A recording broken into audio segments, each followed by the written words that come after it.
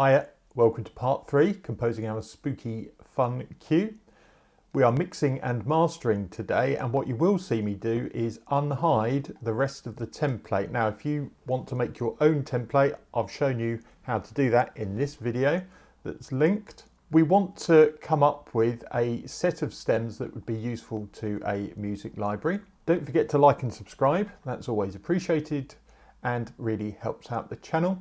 The first thing I'm going to do is listen to this back, get rid of any of these tracks that I actually haven't used. I'm going to EQ each one individually. So I'll go to, say, the xylophone, I'll solo it, and then put any EQ that I think is useful to make it a good sound. I will also be balancing left and right any of the instruments that complement each other. Remember to do stereo pan, not balance if you are doing that, otherwise it only reduces one side instead of moving the image.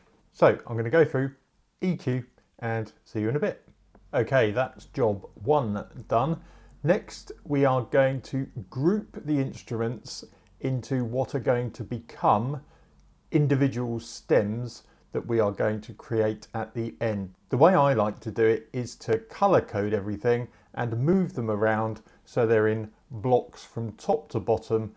So for example, the drums will have their own track, the xylophones will be together, all the strings will be together. See you in a second. Okay, there's our grouping done. Now I've made a little bit extra work for myself because I've actually got 8 different groupings. The theremin had to be on its own because it's the melody. The xylophones obviously went together. I was thinking of putting all the strings together, but then I wouldn't be able to have a bass stem. So we're going to have bass strings and then pizzicato strings. Then I've got a synth group followed by percussion, the drum kit, and then finally the last 3 are going to be an effects stem. What we're going to do is open up our reverbs and stems are already there. The first thing I need to do is add in 7 and 8. But while I'm doing that, what I will do is rename them.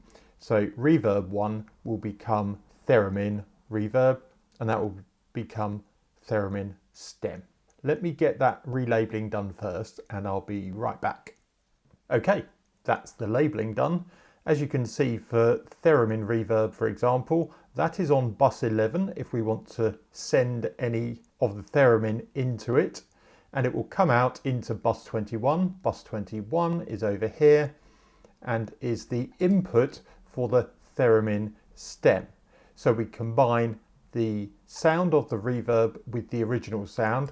That's the next bit I need to do, which is come back and for each of these redirect the output to the correct stem. And if I want to add reverb, I use the bus for the reverb that's correct for that one. I'm just going to go along, do that for each of the instruments and add a little bit of reverb if I think it is helping. Okay, see you in a minute. Okay, we've got some reverb in now. The nice thing about this template is everything is sequential once you have labeled and grouped everything. So we've got, for example, the sends go 11, 12, 13, 14 up to 18, and the buses do the same. Bus 21, 22, 23, 24 up to 28. So that makes it easy to organise. I've put reverb mainly on the pizzicato strings. They were quite close mic'd. I haven't done anything for the percussion from Damage. That already had quite a lot of reverb on it anyway. And the drums only a very slight bit to sort of place them in the same space, but you don't really need much reverb on electric drums.